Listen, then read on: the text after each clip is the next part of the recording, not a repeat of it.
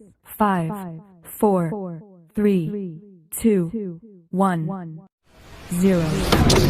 Sumbernya dari buku tematik kalian.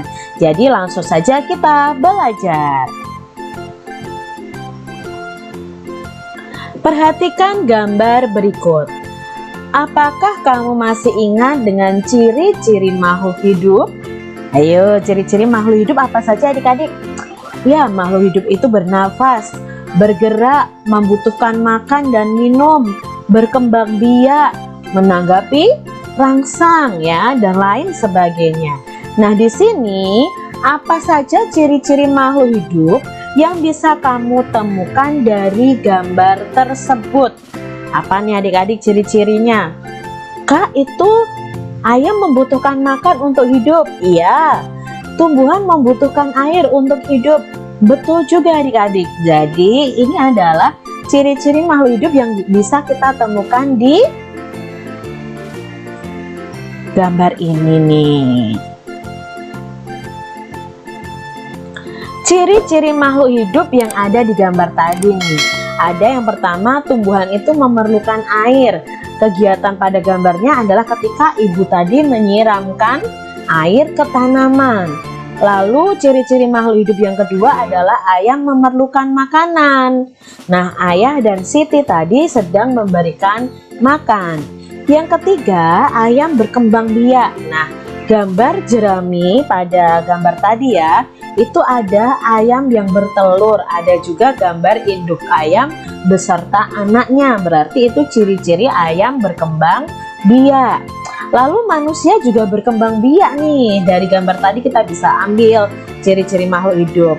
Kegiatannya adalah di keluarga itu ada Siti, ada ayah, ada ibu. Jadi ayah dan ibu memiliki anak yaitu Siti. Itu membuktikan bahwa manusia berkembang biak.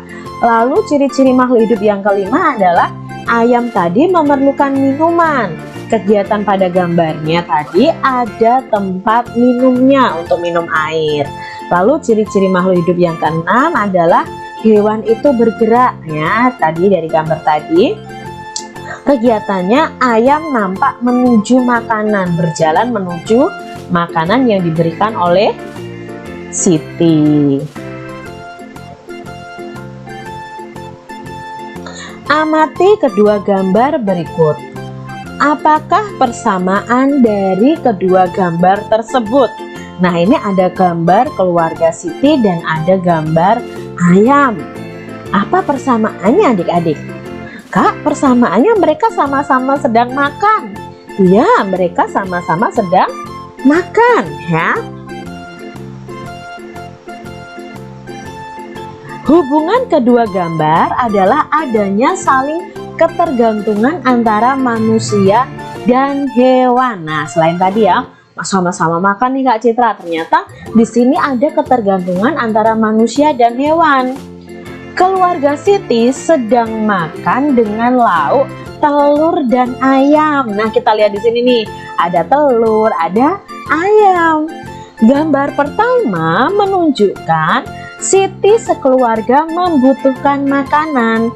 Makanan bisa berasal dari makhluk lain. Nah, di sini bisa berasal dari ayam, berasal dari tumbuhan. Jadi, kita untuk makan itu membutuhkan makanan yang berasal dari makhluk lain.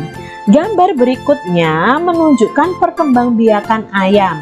Mulai dari telur menjadi anak ayam, selanjutnya tumbuh menjadi ayam dewasa. Jadi ini adik-adik ada ketergantungan. Ayam sendiri membutuhkan makan.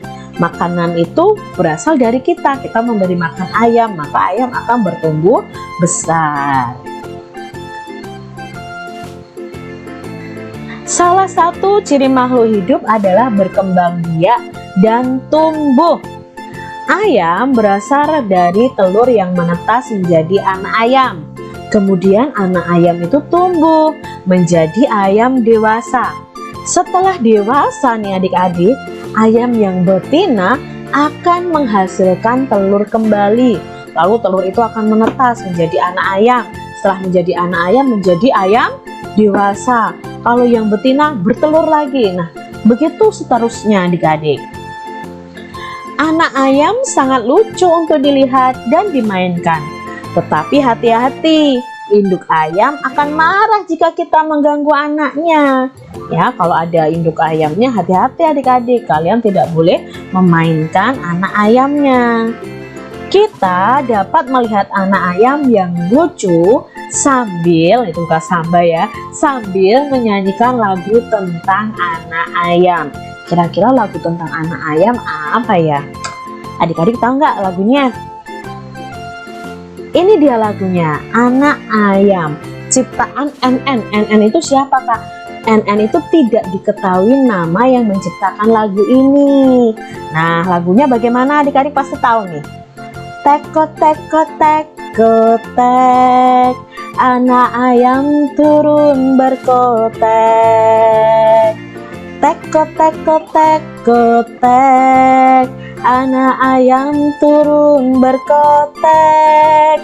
Anak ayam turunlah 4, mati 1 tinggallah 3. Anak ayam turunlah 3, mati 1 tinggallah 2. Nah, itu lagunya adik-adik. Coba kalian belajar menyanyikan lagu anak ayam ini nih. Jadi anak ayam bunyinya tek kotek kotek ya. Anak ayam turun berkotek. Nah, dari sini kalian juga bisa belajar berhitung. Kalau anak ayam turun 4, mati 1, berarti berkurang 1 nih, tinggal berapa? Oh, tinggal 3. Nah, itu adalah lagu anak ayam. Selain kita belajar tentang menyanyikannya, kita juga belajar berhitung matematika di sini ya. Masih ingatkah kamu dengan panjang pendek bunyi? Jadi setiap lagu itu dinyanyikan panjang, ada yang dinyanyikan pendek. Dapatkah kamu memberi tanda panjang dan pendek pada lagu tadi, lagu anak ayam tadi nih? Nah, mana yang dinyanyikan panjang, mana yang dinyanyikan pendek? Kak Citra punya nih, sudah Kak Citra beri tanda. Ya, nih, kalau yang tandanya itu persegi, maka dinyanyikan pendek. Tapi kalau yang panjang ini berarti dinyanyikan panjang. Kita coba ya. Teko teko teko tek. Nah, ini berarti panjang. Anak ayam turun berkotek. Teko teko teko tek. Anak ayam turun berkotek. Nah, seperti itu cara menyanyikannya. Jadi tidak asal adik-adik menyanyikannya. Yang ini anak ayam turun berkotek, yang depan aku panjangin. Anak ayam. Tidak akan bagus adik-adik. Jadi lagu itu harus dinyanyikan sesuai panjang dan pendeknya nada. Tuhan menciptakan makhluk hidup untuk saling memberikan manfaat. Ayam sangat bermanfaat bagi kehidupan manusia. Daging dan telur ayam dapat memenuhi kebutuhan manusia. Pengembangbiakan adalah cara untuk menghasilkan daging dan telur ayam dalam jumlah yang banyak. Untuk itu dibuatlah sebuah peternakan. Peternakan dapat menghasilkan ternak ayam dalam jumlah yang besar dan dalam waktu yang singkat. Berikut ini adalah contoh daftar jumlah telur yang dihasilkan beberapa peternakan setiap bulannya. Nah, di sini ada 5 peternakan yang memelihara ayam dan setiap bulannya menghasilkan telur. Peternakan A, jumlah telur yang dihasilkan per bulan berapa nih adik-adik? Coba baca. Berapa butir telur itu? Ya, 3000 butir telur. Lalu peternakan B? Peternakan B itu 1500 butir telur. Peternakan C? 3500 butir telur. Peternakan D? Ya, peternakan D ada 2000 butir telur. Dan peternakan E ada 2500 butir telur.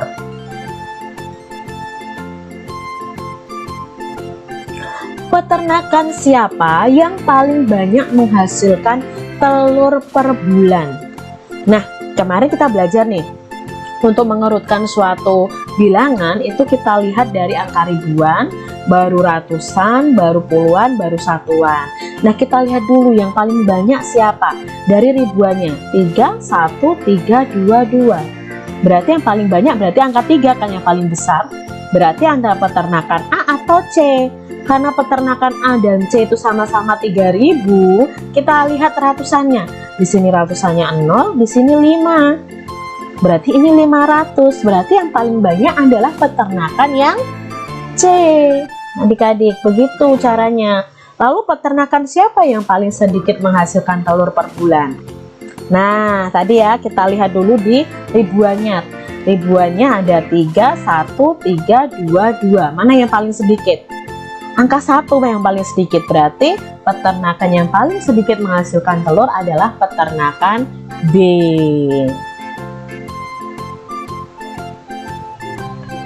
Urutkan peternakan berdasarkan banyaknya telur yang dihasilkan per bulan. Mulailah dari peternakan dengan hasil telur per bulan yang paling sedikit. Nah, yang paling sedikit tadi yang mana? Ya, yang peternakan yang B. Lalu setelah peternakan B, nah peternakan B ini sudah kita bandingkan dulu. Yang ribuannya ada 3, 3, 2, 2. Berarti yang paling kecil 2 dulu. Berarti antara peternakan D dan E. Lalu kalau sudah dibandingkan ribuannya, kita bandingkan ratusannya. 0 dan 5. Mana yang paling sedikit? 0. Berarti urutan yang kedua adalah peternakan D. Baru berikutnya adalah peternakan E, karena ini sama-sama 2000-an ya. Karena ini sama-sama 2000-an. Lalu sisanya antara A dan C. Mana dulu peternakan yang paling sedikit? Ya, yang A. Lalu yang paling banyak adalah peternakan yang C. Ini kalau diurutkan dari hasil yang paling sedikit menuju yang paling banyak. Pasangkan nama dan lambang bilangan dengan cara menghubungkan titik dengan garis. Coba yang bilangan yang pertama itu dibaca berapa ya adik-adik ya? Ya, bilangan yang pertama itu 1250. Lalu bilangan yang kedua dibaca? Ya, dibaca 1000. Yang ketiga dibaca 2500.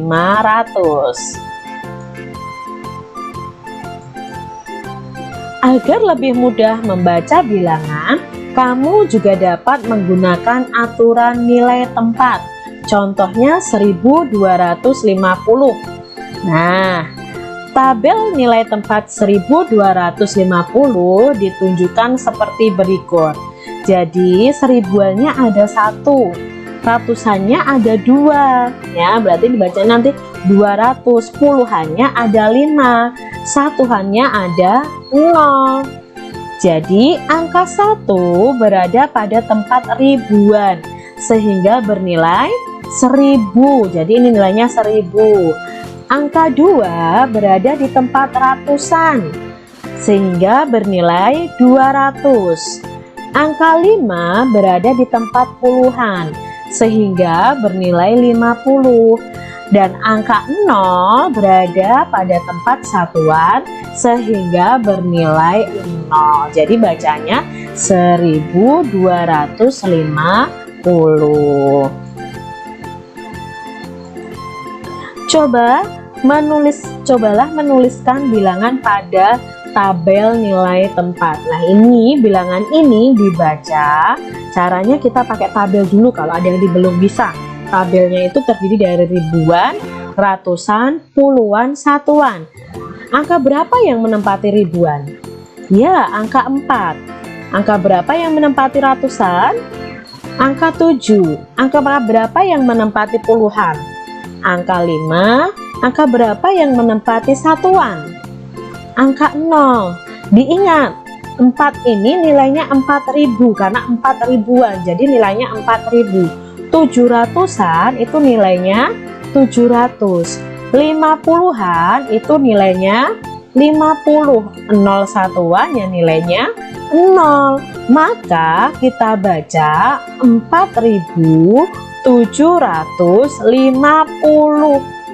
Bukan pakai 0 satuan gitu Kak. Enggak, tapi ini dibaca 50 karena satuannya 0.